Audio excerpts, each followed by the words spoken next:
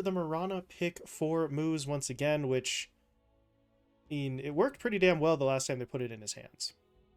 Yeah, worked wonders before, is a very survivable 4 hero, so not prone to feeding versus the Pudge, just Hmm. is going to feel nice. Deny pick as well, because Cringe Crew probably wanted a fort in that same kind of avenue. I do think now Cringe Crew might want to set up for, let's say, Ember Spirit pick. That would probably be the easiest, just have something to hunt down the Broodmother, but also abuse the fact that 5RAT supports right now only really have a Frostbite. They're going to need another hero to set up for them. It's where I think 5RAT also are going to look for a hero like the Ember. Just somebody to allow the Mirana to play Dota, because got a Brood off Right. lane, right? You are very low on lockdown right now. The Brood will never fix that until, she gets a Hex way later on, if the game even goes that late.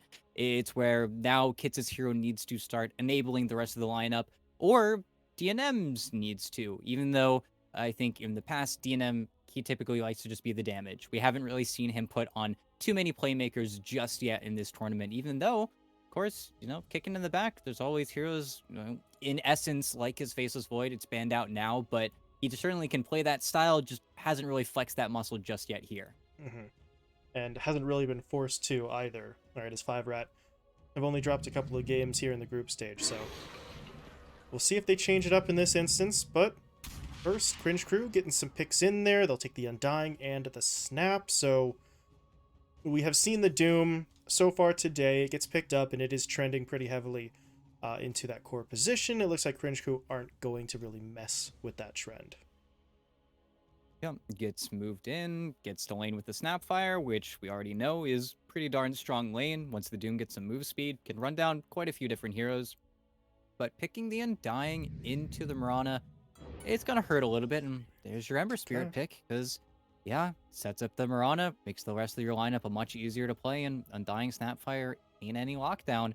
But picking the Undying into Mirana is an interesting one. I think, really, they kind of running out of 5 positions that are very strong for Cringe Crew, and is also a hero that is very capable of slowing down the Broodmother early on. Probably enough time for Pudge to look for, at the very least, his Ring of Health, hopefully his full Vanguard, but I don't think this Undying is going to have too much of an effective game, just because it is playing versus Mirana. I feel like that's the direct counter. It's why Undying started seeing big laps in its picks, or its first overall picks, because it is kind of easy to counter out. But, can't complain too much, and we'll see. And again, he definitely will have a lane versus the Broodmother, but I feel like 5RAT kind of have everything they want right now. Yeah, they've been not overly concerned with what Cringe Crew have put together. They've focused very much on their own game right now, which for the most part is going to probably do you better, right? We've seen teams reach a little bit going for what they think is some sort of counter or steal play, only to kind of shoot themselves in the foot, so to speak. So 5RAT not going to get baited into that. We'll see though if Cringe Crew can maybe pull one out on them with their final pick here, as we did get through that last phase of bans. Slark and Sniper banned by Cringe Crew, 5RAT taking away the Monkey King and the Invoker, and now, well, now we get the Morphling pickup. So, well, I think between the Pudge and the Morph, they'll probably put the Morphling mid here, because, I mean, Realm just kind of has to play the Pudge. Well, it's that, and I don't see why they would give up the Pudge versus Brood lane unless Yeah. they are really afraid of that matchup. And it just is different now, I guess. It may be something they know more than us, but I knew for this last year, it had to be a right clicker. It had to be an ultra carry. And I'm glad that they go for something like the Morphling, because Mm, Pudge Doom Cores, that doesn't get you buildings. That doesn't get you Roche. That gives you a good team fight, but you needed something to do everything. And that's what the Morphling can accomplish. But again, we will have to see. And I think once we see who slots in, it'll be a little bit more transparent. But typically, Realms Pudge is way more successful when he does have that extra carry to help him out. And that is Drow Ranger in a really, really good Drow game. Not really going to be able to put too much pressure on her in lane. If the Snapfire ever rotates out for runes, which you're going to kind of have to want because Kits is on Ember, well, that is a real rough lane for Sunlight. Kind of feel bad for him, but we'll have to see now, because I think Cringe Crew, they've got some things going for them. They've got another pretty well set up Pudge game for Arc. It's just going to be a matter of whether or not they can kind of hunker down early, and it will be Nico Morphling. right.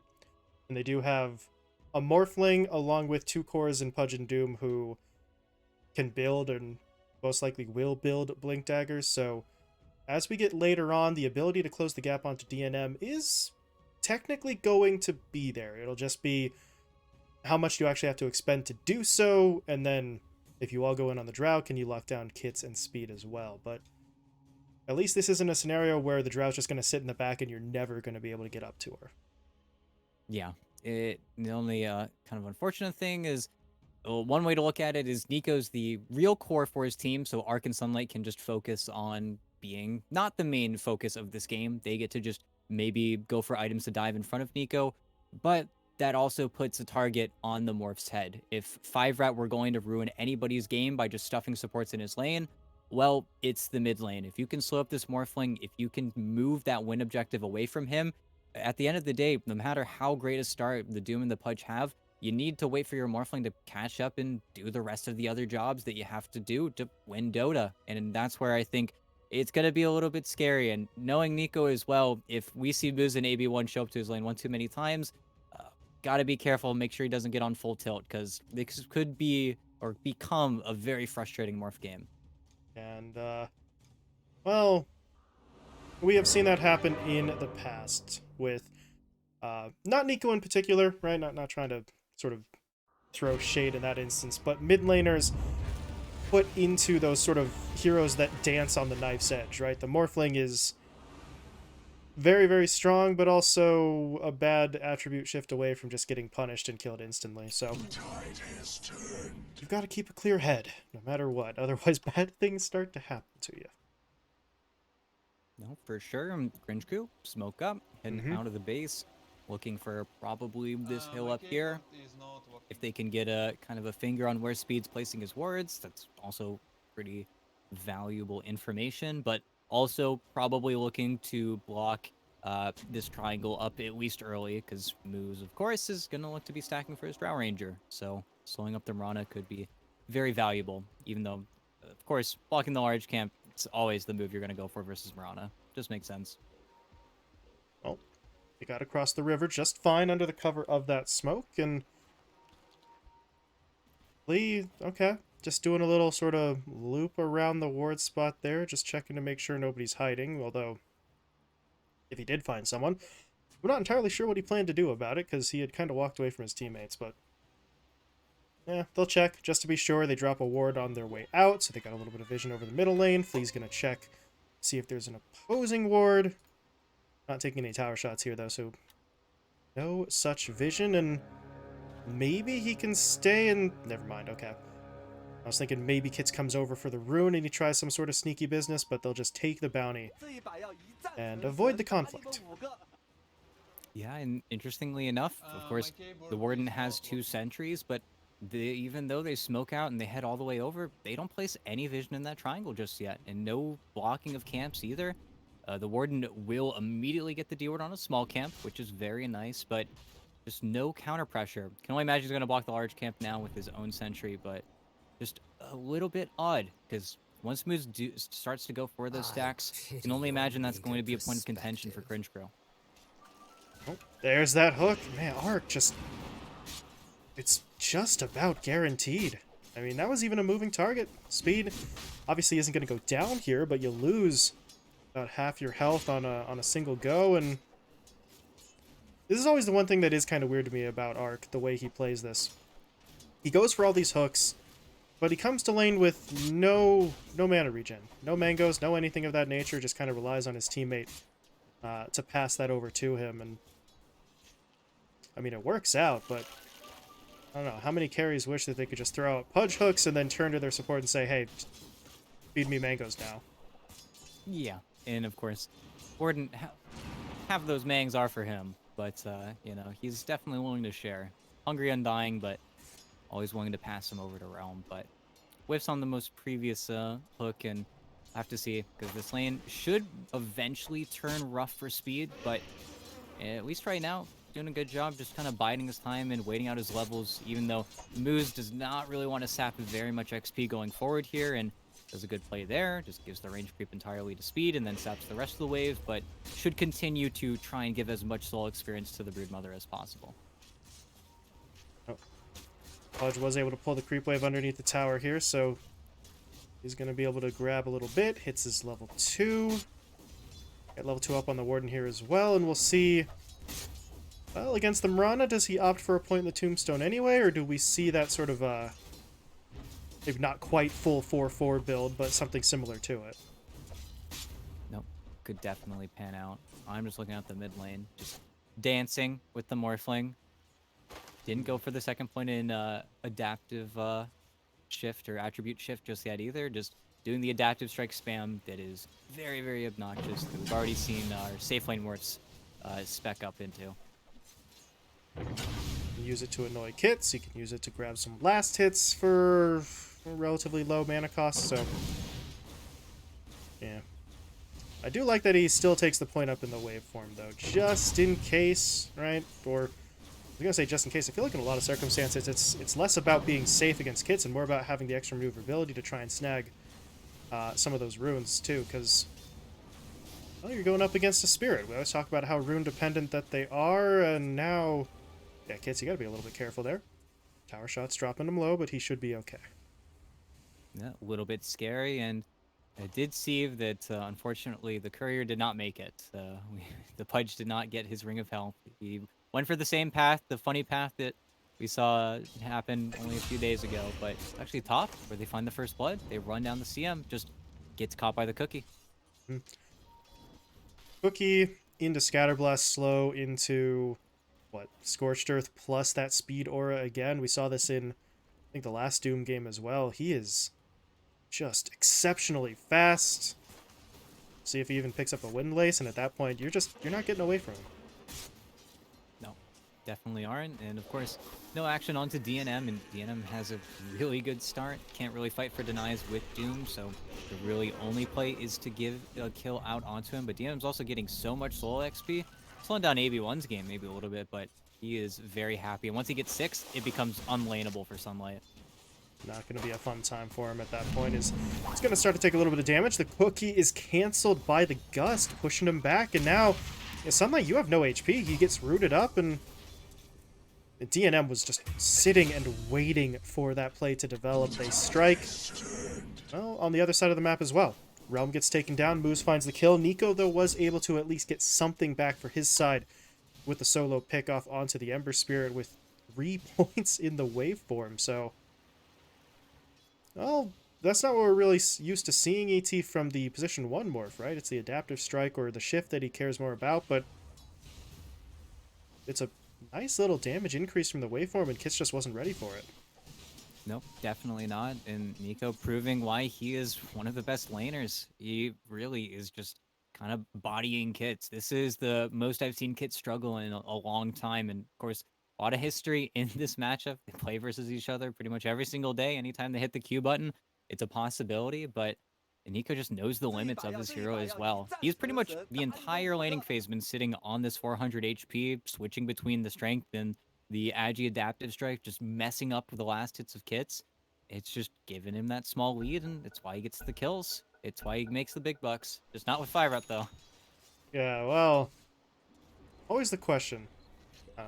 We won't dive too deeply into it, but the mysteries of how stand-ins end up getting paid or otherwise compensated. But hey, that's for somebody else to find the answer to. For now, we're sticking with the Dota.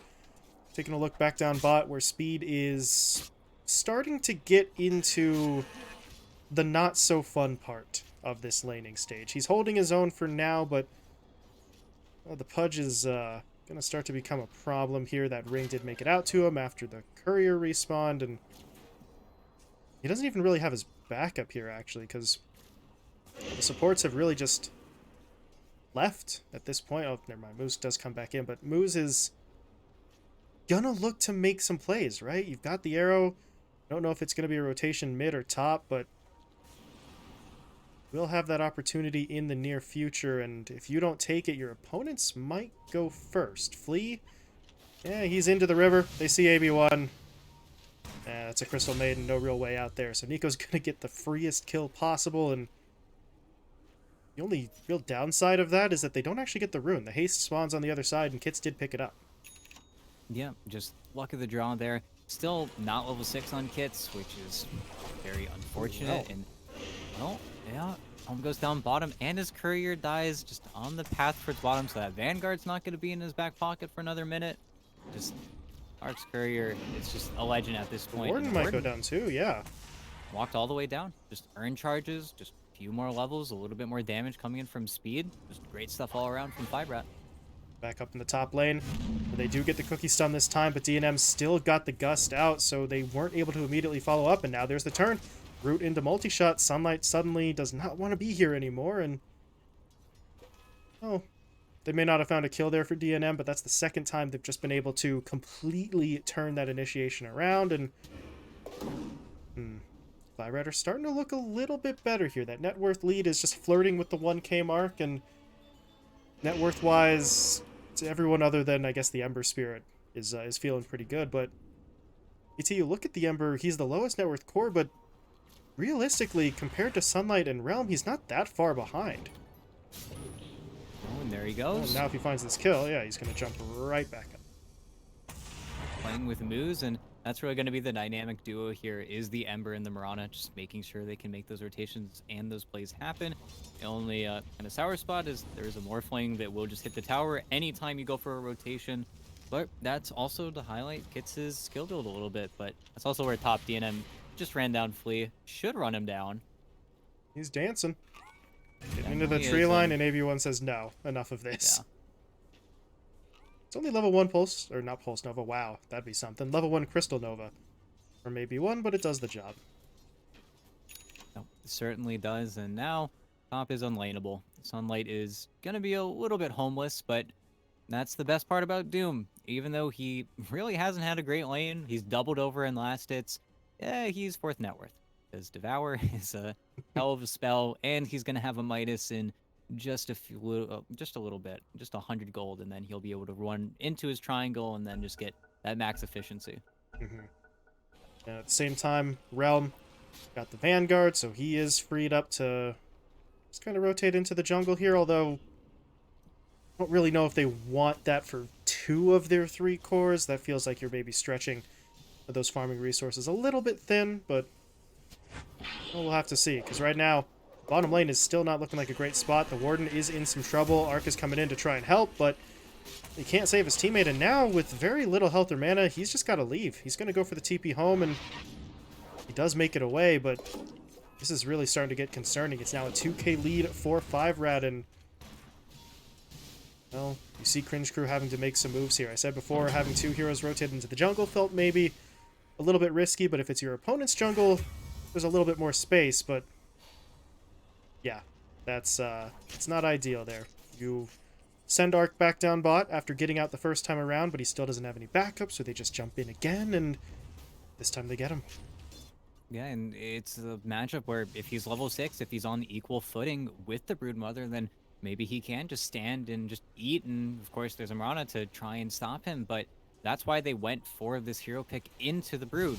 Keep in mind, they picked the Pudge for this reason, to win the matchup, but instead, now this bottom tower is going to go down maybe a breath earlier, and then, even though Nico's having a great time, Pudge is your answer to the Broodmother this game. If Pudge is not being the answer, the rest of the lineup is not going to make up for that. Even though they are getting a nice kill top, well, now is Sunlight just going to get run down by DNM? Maybe not. They might just not have enough damage, but the Brood is going to go to town bottom. Kits is coming. Uh, This is a little risky, though. Yeah, his teammates didn't really follow him, and Nico just says, thanks for the free kill. Max level waveform, good damage into the right clicks, and 5RAT maybe not all on the same page there. certainly peculiar, but okay. If Nico is ever in a game in a situation where time for him to be the carry, then kind of feels like it's now. And we do see that sort of stats build for him. He's got the Dragon Lance as that first big item. And meanwhile, back up top, Sunlight thought, yeah, everybody came up here, then everybody left. Maybe I can finally be free to farm. No, you cannot. Sunlight taken down. Moose, though, won't actually be traded. That was Hook. That was Dismember. Still not enough damage. Moose just leaps away. Steals the card as he goes. Why not? A little bit of a support tax there, and they're going to be okay in the top lane, but Nico was able to claim that tier 1 tower mid. Yeah, and Nico is still massive. He is a huge problem that they don't really have an answer to right now. He's just going to continue to do basically whatever he wants. And Moose, Hmm. oh, trying to bait, but now he has haste, so not going to exactly die to DNM. And DNM, The kisses coming in. Yeah, Nico's going to try to turn this around. Moose dies to those kisses. And Nico's got the crazy. waveform back up in one. He's going to push his way forward, grabs the double. AB1, I don't really think you want to chase this. He is checking the trees, but it's actually kind of fortunate for him that he doesn't run into that morph. He just gets to walk out and then go to the top lane and then probably get the tower push going there for Nico. And he's really just using this mid Morphling as really well as he can. This is beautiful stuff from him. And sure, you're seeing the Ember Spirit at the exact same time trying to get aggressive on the mid tower, but he has to actually just escape. He has to run, and Speed has not really taken the steps to get pressure back onto mid tower. So even though Speed's doing a good job playing the selfish build and doing selfish things on Broodmother, not really helping the rest of the team very much right now. Yeah, well, yeah. And the selfish play, that kind of comes with the territory, I suppose, but we'll see if the priority shifts for him. He is almost certainly going to actually finish this pipe before he does anything outside of the lane, but we will keep an eye on it. That's a nice Spirit Vessel pickup from Moose, so pipe, Spirit Vessel, that is going to give them a little bit more to work with in terms of just pushing into an engagement. The question is, can they find the fight that they really want here? Because in the lanes, those early skirmishes were actually going really well, right? DNM was holding his own, Speed was getting some kills, and over the last couple of minutes, that pace has just really started turning against them as Speed. Very, very careful here. He sees Sunlight. He thinks he's the one doing the ganking, but he's getting jumped in on. Not if the cookie's facing the wrong way like that. So Speed is going to be okay. Realm, though, not so much. The Pudge gets picked off. Like I need another pair of legs. And Speed, I mean, maybe he did get a little bit fooled at first going on to Sunlight, but the second he sees those other heroes, he's able to dance his way around and help create an opportunity elsewhere on the map for his teammates. Yeah, it just gets to walk that one out. It's where the lockdown is still really quite poor from Cringe Crew. It's where, even though the Morphling has worked great up until this point and is going to be the real carry until they get a Blink Dagger on Arc, it feels like there is no real way for them to start a lot of these fights. And Kiss is mid, and one more leap. Doesn't even have to use it, just walks simply out of the range of the Kisses. A really long-range kill, but they don't get it.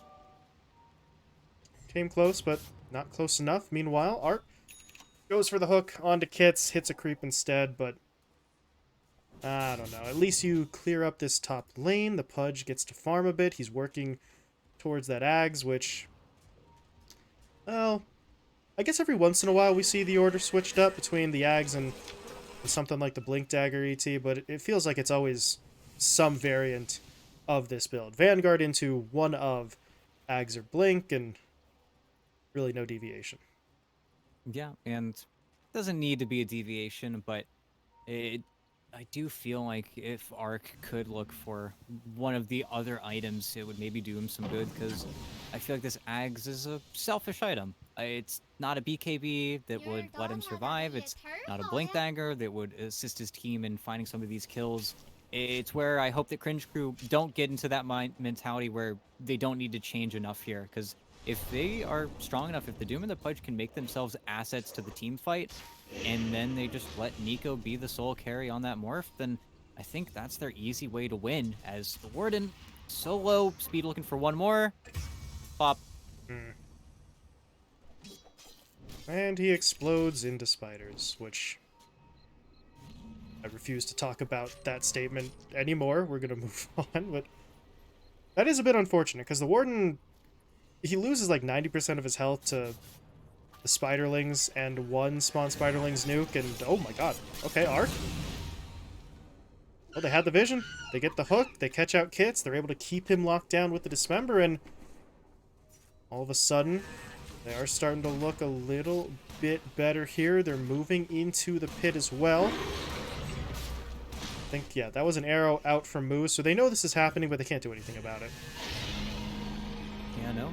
DD just enables Nico to walk in, take the Roche. Morphling now has an Aegis, 9k net worth. He's still very happy with his game, just never really under any threat or any pressure. And yet again, Kits is kind of the punching bag on this Ember Spirit. He's definitely the core, getting the least amount of priority right now. Even though him and Moose are still certainly looking for plays, just kind of now in the downtime of this game. And items like that Manta style that's going to be finished up on Nico in just a bit here, it kills any way for you to play on top of him. He just has an easy way. It's where missing out on a hard stun versus the Morphling especially, it hurts. There's nothing that you can really do until maybe you look for a Hex in 25 minutes. Well, gonna have to deal with it one way or another as... That's interesting. Speed.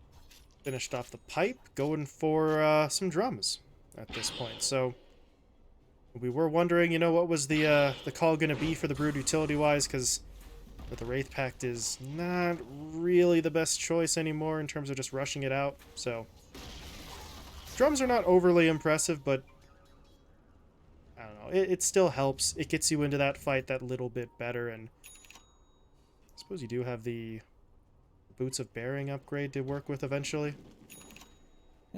Kick your treads aside, but is not the worst case scenario for you. And with drums, of course, be very annoying. Go towards that bottom lane, drums your spiders, they attack that much faster, and become more of a real threat when it comes to the tower push, because I still think, as of right now, they're not really doing anything to the Morphling, so you might as well look for these trades. And right now, the long wrap on Nico, this could be a way to take him out here, but it's going to be a long kill, and he's got the Manta, going to survive versus that, going to get frostbitten now.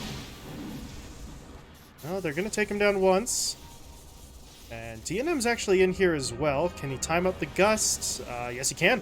Quite nicely. In fact, they cancel his TP, or no, he wasn't TPing in the first place. They just root him up, but either way, they find the kill, and well, I mean, we were just saying, right? There hadn't been any pressure onto that Morphling. They finally do it, and this is a potential initiation. Sunlight, not looking so hot. That cookie doesn't really help him get away either, and now Kits sees his moment. Goes in, takes down the Warden. They're going to look for even more. Jumping in, gets the Searing Chains down. The Dismember locks him down momentarily, but the Gust is going to cancel it, and this is going to be a full 5-man wipe. Arc has no way out here.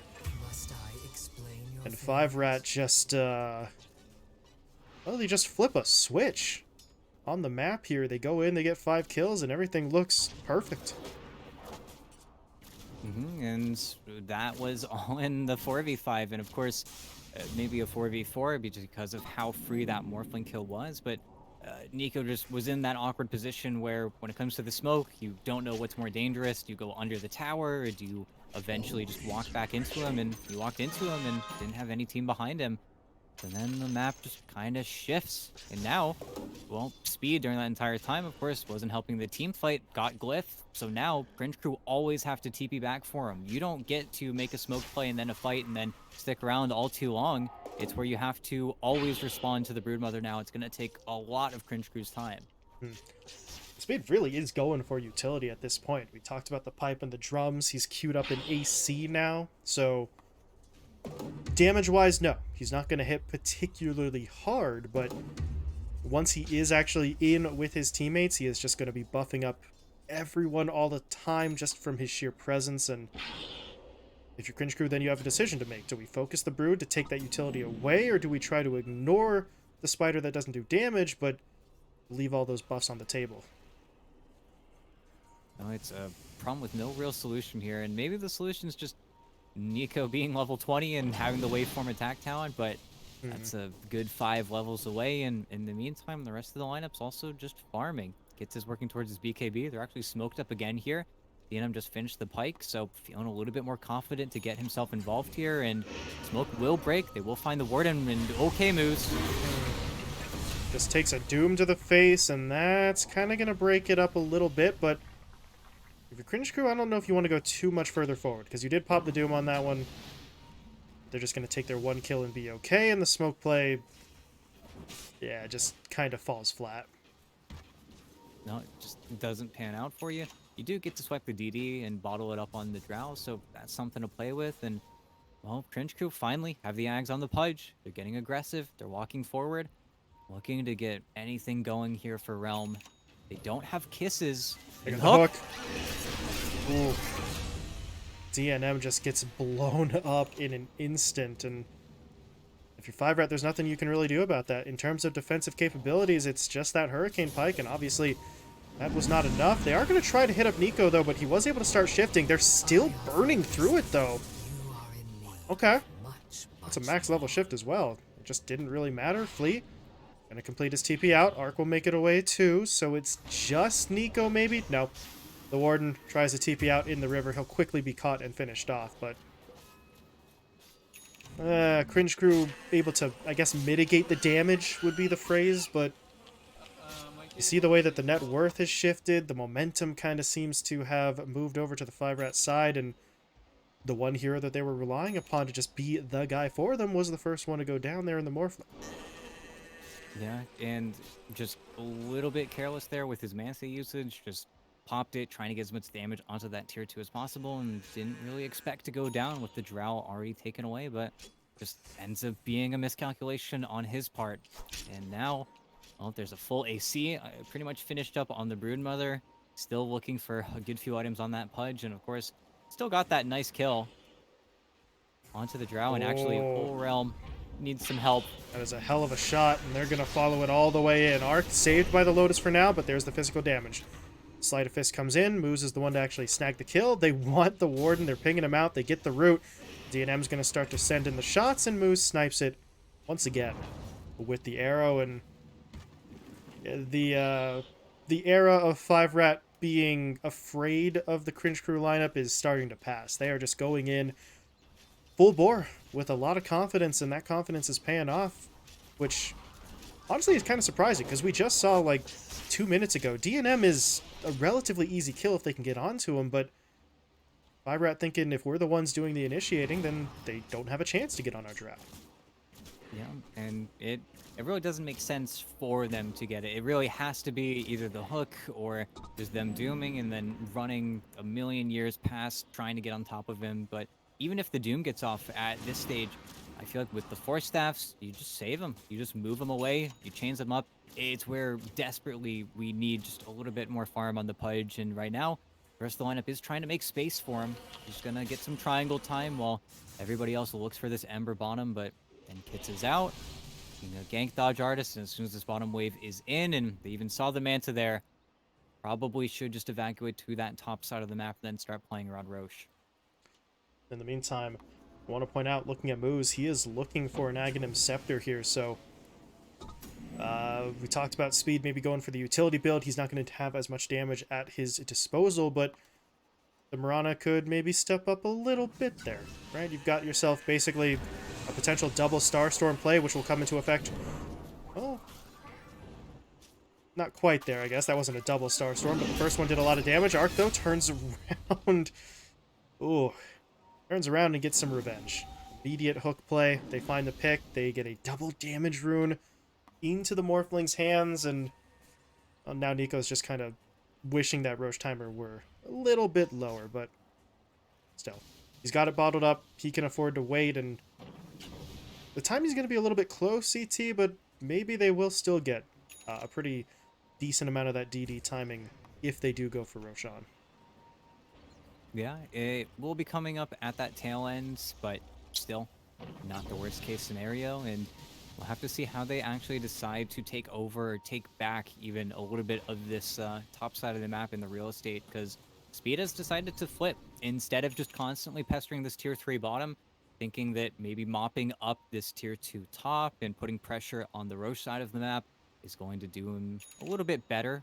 This, of course, means that Ember is probably the one who needs to go all the way towards bottom and just have a remnant back towards mid, and then he can really use that area of the map that nobody is looking at right now, because everybody is terrified that Roche is respawning or could be respawning, even though everybody's a little bit early this time.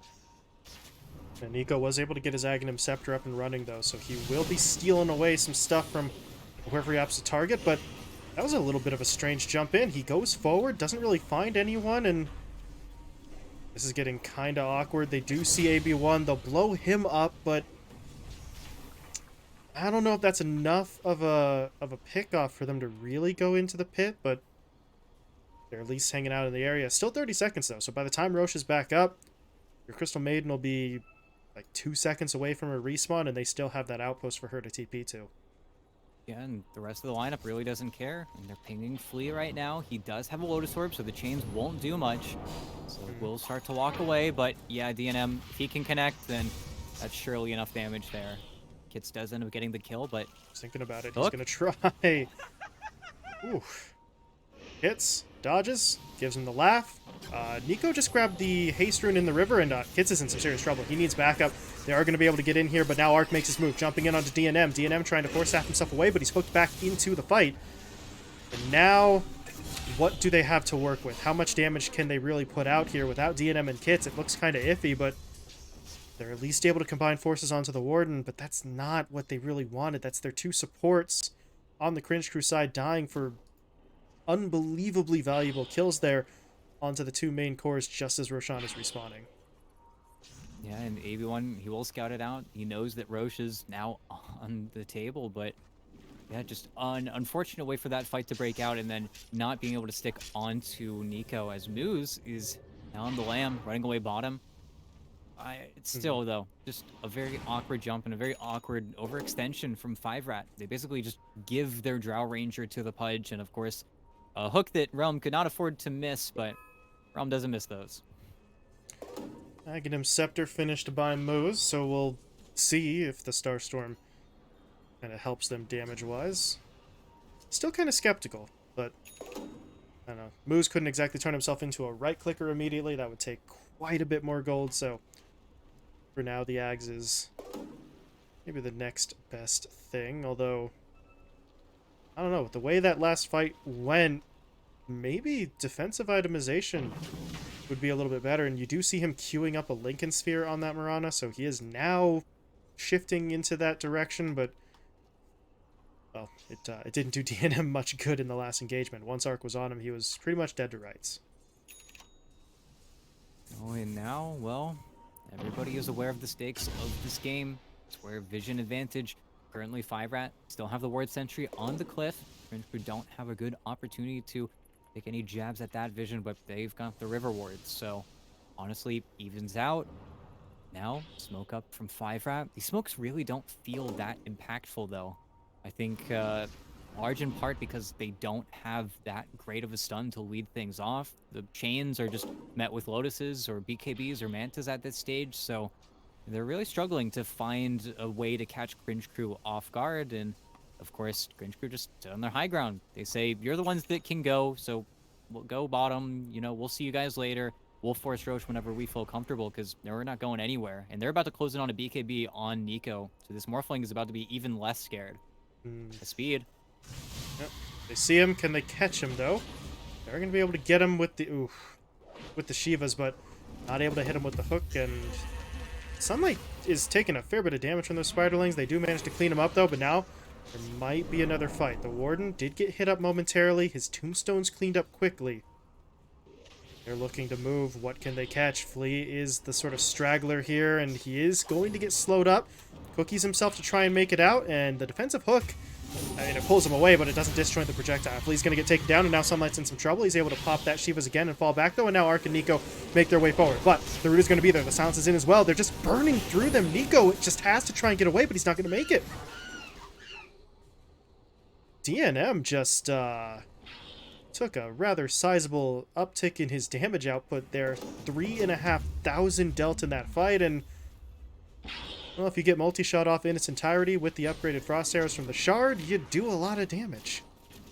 Yeah, and it's just oddly, they decide to fight with so many heroes close to finishing up BKBs. They just force themselves into an engagement where they simply lose. They pretty much all in to make sure they got that Ember Spirit kill, so he couldn't just walk that one out. But in doing so, you trade everything, and 5RAT have another core. It's just, it feels like a call that really ends up costing them. And now, DNM with an Aegis kind of has no business being in the opposing team's triangle. Should probably kick himself out of there after he cleans up the wave, but you're in a great spot if you're 5RAT. Not great enough to pester the high ground, albeit, but definitely feel secured. And now you can afford to just farm the map knowing that Roche is not going to be an objective that Cringe Crew can drag you back to face.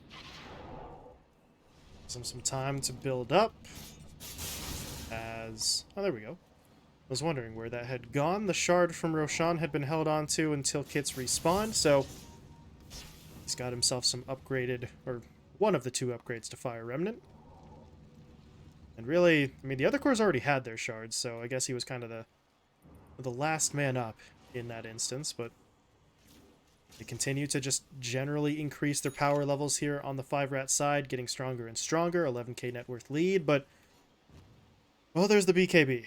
The Nico has finished it off. Cringe crew just about have all their abilities. 25 seconds for Doom, so I don't know. Do they try to force a fight into the Aegis ET, or is this a moment where they might want to try and dodge it out and maybe sacrifice space for time?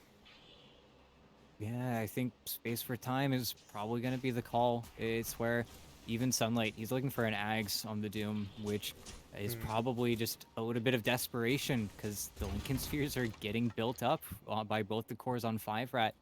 It's where it's getting more and more difficult to start these engagements, as well as the realm of luxury now being, at least for the supports on 5RAT, the next objective. Got a Aether Lens on AB1. You're looking at items like Hex and Lincoln Sphere for Moose, who is still just incredibly farmed on this Mirana, becoming not a new core, but again, just having the items that the rest of the cores want, so giving you more and more of a buffer to play around with, just not having that same level of luxury on Cringe crew. They're still kind of working with the scraps right now. Well, don't think there's any real way to just forcibly inject any further money in it to the likes of the Snapfire and the Undying. They just don't really farm spectacularly, so they've got to try and win fights. That's the best way here, but that's obviously something that they haven't been able to do all that easily for quite some time now, and well, they might not have a choice. They might be forced into the fight anyway, because their base is under attack. The glyph is going to be popped here, so they're trying to slow this down as best as they can. The Mortimer Kisses are even coming in. That's going to clear out the creeps and the Spiderlings. I don't know. I mean, that buys them time, but that's one of your ults expended, and really the siege is not broken just yet as Art tries for the hook. Not going to hit, but they're just going to keep on poking. New wave comes in, and DNM will get some shots on. Yeah, just no great way for Cringe crew to really defend the high ground right now. They don't have the greatest wave clear. They don't really have the greatest reinitiation.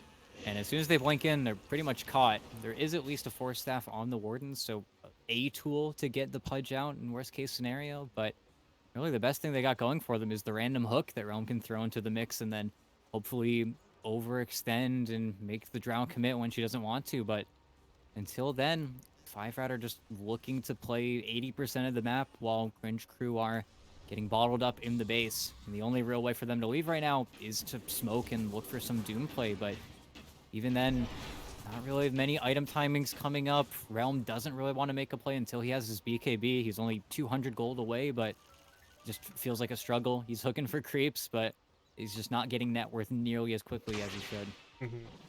Yeah, you take a look at the net worth on the left there, and he is struggling to stay ahead of the Mirana, so not the greatest of circumstances, but at least he's got the BKB, and well, will that be enough? Will they try for a fight? There's still about a minute and a half on this Aegis, so at this point, ET, realistically speaking, they've waited this long. They could just keep waiting, right, until that Aegis is gone entirely. If they were keeping track of the timer, they might try to push in just as it is expiring, see if you can catch DNM in some sort of positional mistake, but that just feels like it's going to be tough. He just finished off a Lincoln Sphere that's on its way out to him right now, so hitting him up is going to be hard. Although I will say, the Ags is done, so if your Sunlight could maybe pop the Doom on yourself and then blink in, and then you don't have to worry quite as much about the Lincolns.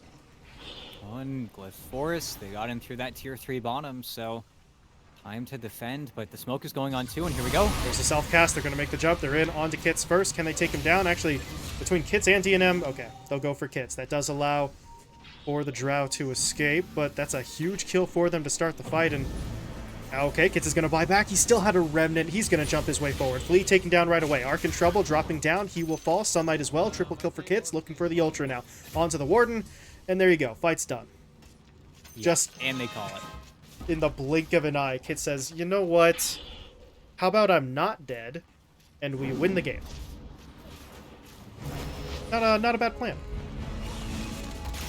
Yeah, no, initially, it looks like the perfect jump. AB1 and Moose are just a little bit too far away. The Force Staff comes out late onto the Drow, so they get to focus everything onto the Ember.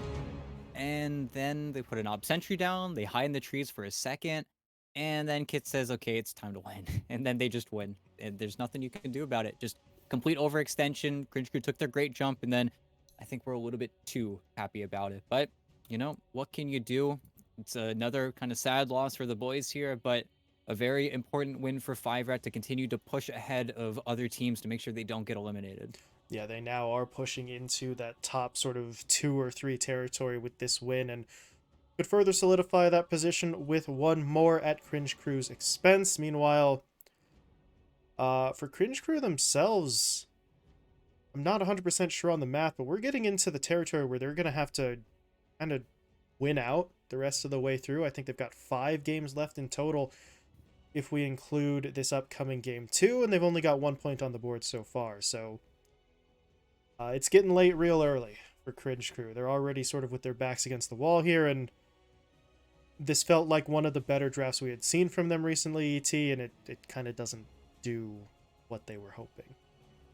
Yeah, and really great performance from Nico, you know, up until maybe some of the latter fights, but I still think, especially with Realm, just a level of stubbornness, just coming from him and his itemization, just not letting Nico handle it all, you know, just become a stepping stool for your Morphling player, and maybe Nico can just do it, because really, he was the standout. He was the one winning them the game for the longest time, and then, well, he died Tomp and lost his Aegis and killed the rest of his team, but he is the player that could win you a game in this type of situation, but maybe we'll see a Broodbend come game 2. That's what I'm feeling. Yeah, might be in their best interest, but we shall see. Cringe Crew are rapidly running out of time to affect their run here in this group stage, so game 2 going to be coming your way in about 10 minutes here. We'll close out the night with one last match. We'll see if Cringe Crew get the 1-1 or if it's going to be a 2-0 sweep for the 5RAT side. So stick around. We'll be right back.